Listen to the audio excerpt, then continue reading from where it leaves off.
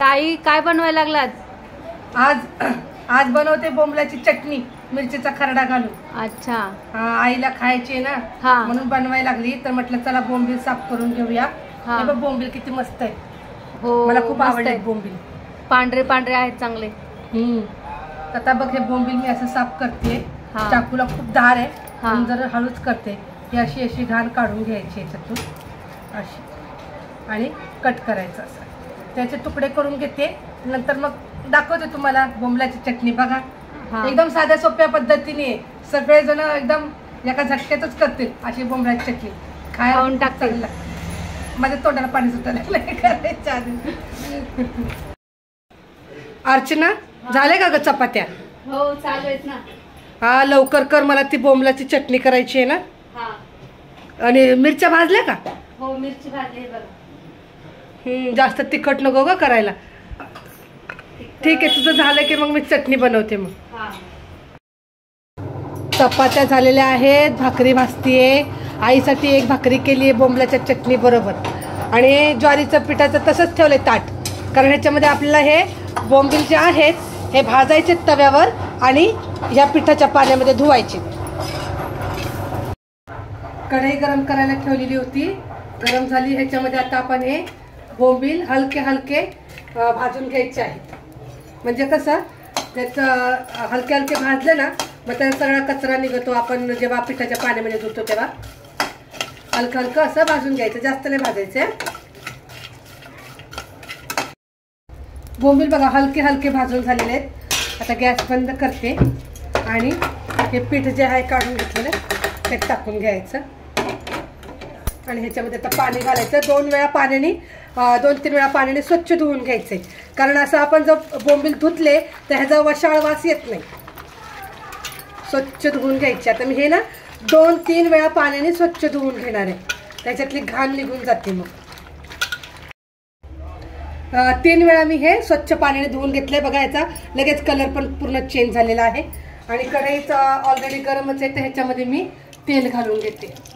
तेल घातलं की आपण हे स्वच्छ धुतलेले बोंबील तेलात घालायचे आणि मस्त गॅस करून भाजून घ्यायचं आहे।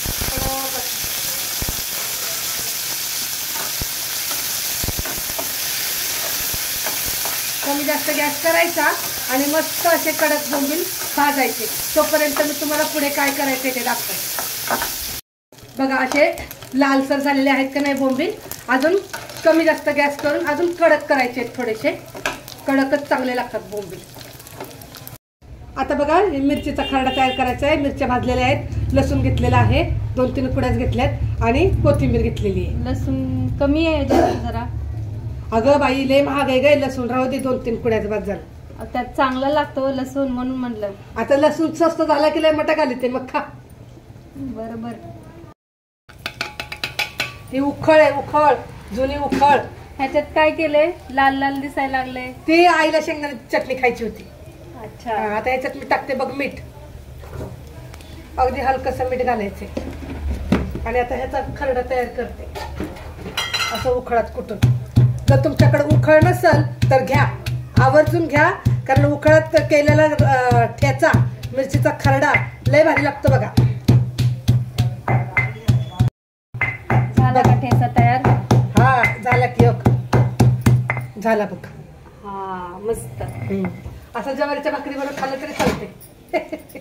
चला आता आम्ही काढून घेते एका प्लेटमध्ये।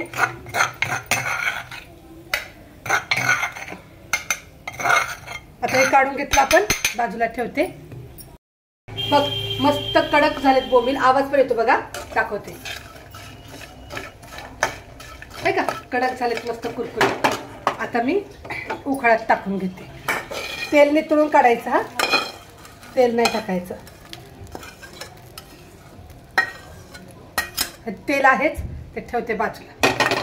आता हे बोंबील जे आहेत हे आपण असे आबडधोबड, आई बोलते आबडधोबड कर, म्हणजे फक्त 1-2दा ठेचून काढायचं। बस का अर्चना? हा बाज झाला। आबडधोबड म्हणजे बाज झाला असला आबडधोबड। आता हे कढईमध्ये थोडस हलकस तेल आहे, तर तेल नाही घालायचं आपण। आता हा मिरचीचा खरडा तयार केलाय ना, हा तेलात असा थोडासा फ्राय करायचा।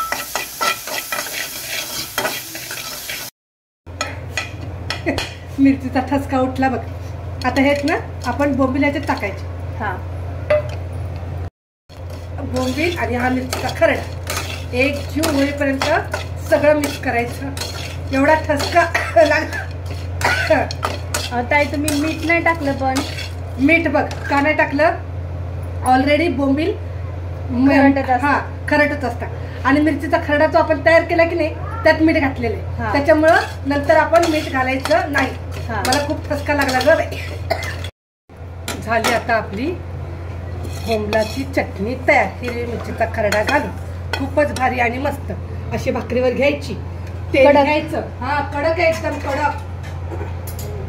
आणि पातीतला जो कांदा आहे तो खाण्यासाठी अतिशय भारी अशी ही बोंबलाची हिरव्या मिरच्याचा खरडा घातलेली चटणी. तर नक्की व्हिडिओ